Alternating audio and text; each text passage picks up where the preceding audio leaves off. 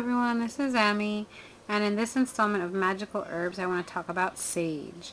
So a lot of you guys actually probably are familiar with sage, and especially one of its magical properties, which is protection. Now sage is a very, very good, very protective, protection and cleansing herb. And that goes for almost all its forms. Right here I have some dried white sage. And this is the one that you see a lot of people talking about or wanting to get.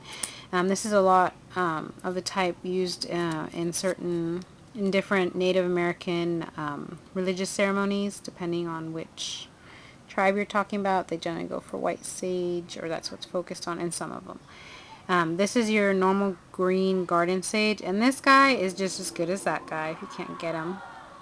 And this is just one of the variegated ones that I'm kind of growing. But any sage whatsoever will have all of these properties. So you don't have to you don't have to look beyond your common garden sage to get these properties in there. So for protection work, I'm pretty sure most of you are familiar with the burning of sage as incense.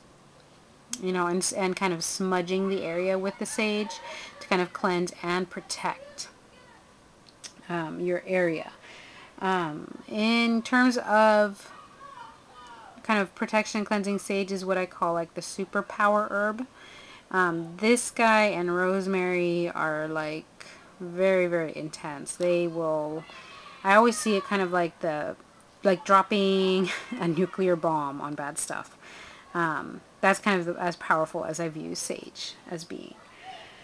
In addition, sage, lesser known properties of sage, I should say, are in wish granting, actually. It's said that if you can write your wish on a leaf of sage, and you put it under your pillow for 3 days, if within those 3 days you dream of that wish, it will come true. If it does not, if you do not dream about it, you need to go and you need to bury that leaf of sage in like a place far away from where you are living. A little bit more about protection, it absorbs a lot of negativity. Not just, kind of blowing it away, but it absorbs a lot of it. It kind of takes it and it takes the hit rather than you or those around you. It also is very good in what people call longevity or wisdom workings. And the way I see it this way is if you're doing spell work, or if you're making an incense for divination purposes, for calming the house purposes, the way the longevity or wisdom aspect of it works is that sage helps you look beyond today. It helps you look at the long term. And that's what it's kind of meant by longevity or wisdom. You're looking into the far future. You're seeing how your actions or certain actions might affect the future and how they'd affect those around you. So it's actually a very good herb to have in your divination incense when you're doing that, because it'll help you kind of get a little bit more insight into the best course of action into the future as you're going into the future.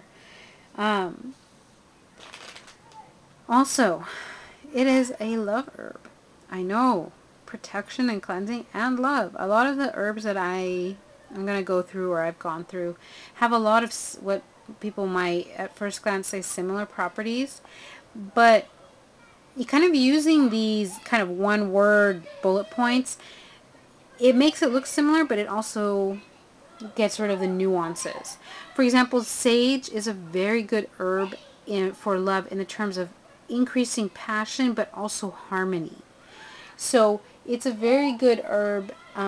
It's not a good herb to necessarily attract love, but it's a very good herb to use in love relationships where you need kind of the gentleness, kind of a coming together, to reduce fighting, to reduce just disharmony, in that sense of the word.